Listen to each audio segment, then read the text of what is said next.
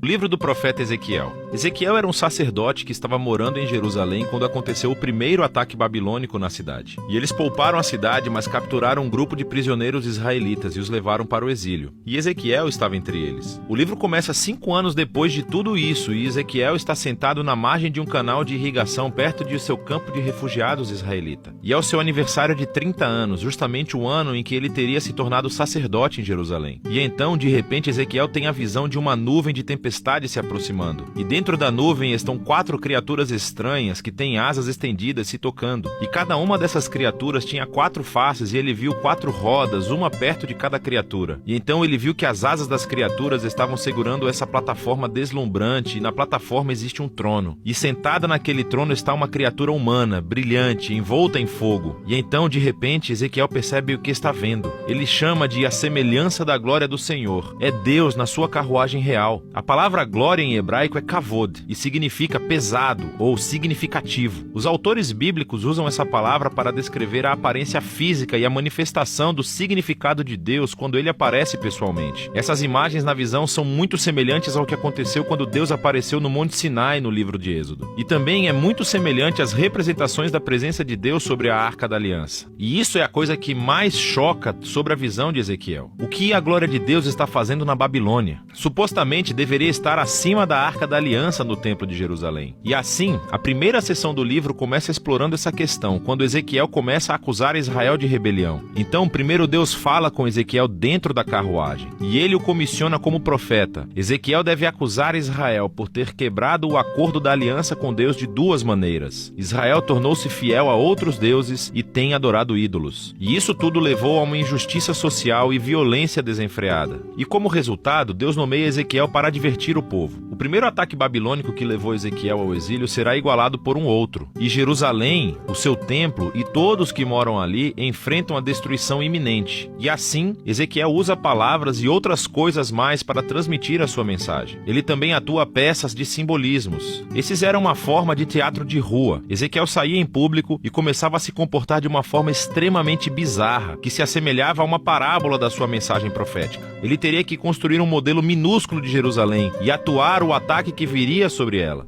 Ou deveria raspar todo o cabelo e depois cortá-lo com uma espada. Ou, o mais extremo, deveria desempenhar o papel de bode expiatório no dia da expiação. E teve que se deitar de lado por mais de 1 ano comendo comida cozida em cima de cocô, como um sinal da comida desagradável que as pessoas teriam que comer durante o cerco de Jerusalém. E talvez o mais desalentador de tudo seja a má notícia que Deus deu a Ezequiel, que ninguém iria ouvi-lo. Israel o rejeitaria por causa de seu coração rebelde e duro. E isso lembra a descrição que Moisés fez do povo após as rebeliões no deserto, quando ele previu que o exílio um dia aconteceria, e Ezequiel teve o infeliz privilégio de ver tudo acontecer. E então Ezequiel, desanimado, começa a executar a sua tarefa. E depois de cerca de 1 ano, ele tem outra visão, e esta é sobre o templo. Ele faz uma turnê virtual pelo templo e vê o que está acontecendo lá na sua ausência, e isso não é bom. No pátio externo, em frente ao templo, ele vê uma estátua gigante e inativa, e ele vê os presbíteros de Israel adorando outros deuses,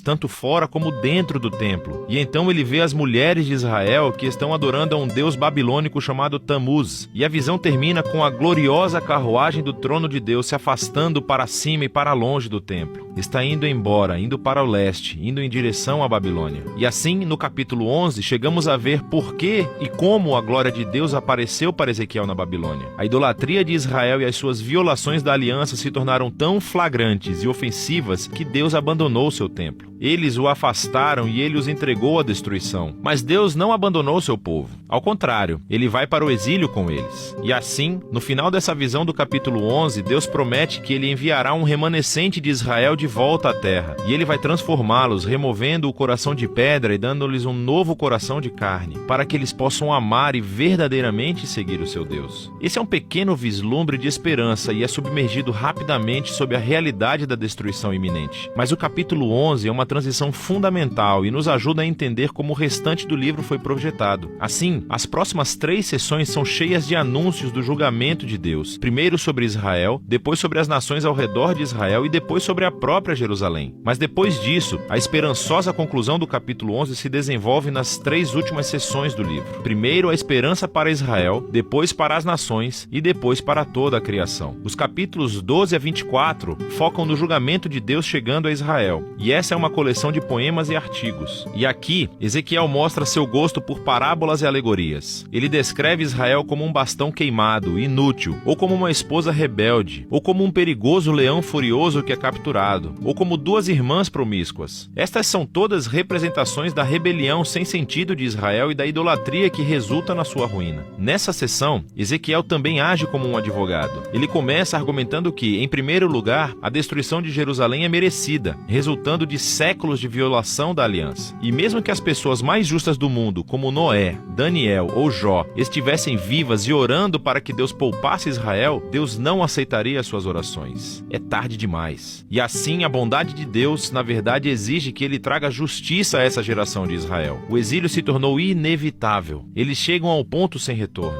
Depois disso, Ezequiel concentra-se primeiro nas nações imediatamente ao redor de Israel e depois nos 2 estados mais poderosos da região, o Egito e Tiro. Israel aliou-se a essas nações e adotou seus deuses e ídolos. E assim, Deus acusa os reis de Tiro e do Egito de arrogantemente se verem como deuses, definindo o que é certo e o que é errado de acordo com seus próprios termos. E Deus considera esses reis responsáveis pelo seu orgulho e anuncia que usará a Babilônia para derrubá-los. Eles enfrentarão a justiça de Deus junto com todos os outros. Seguindo essas sessões realmente intensas, há uma pequena história no capítulo 33. Ezequiel é recebido por um refugiado recém-chegado de Jerusalém, e ele lhe dá o relato de que a Babilônia atacou a cidade, que a cidade caiu e o templo foi destruído. Os avisos sombrios de Ezequiel se tornaram uma realidade. Mas lembre-se do final do capítulo 11. Isso não é o fim da história. E assim, no próximo vídeo, vamos explorar a profunda visão de esperança de Ezequiel. Mas por enquanto, essa é a primeira metade do livro de Ezequiel.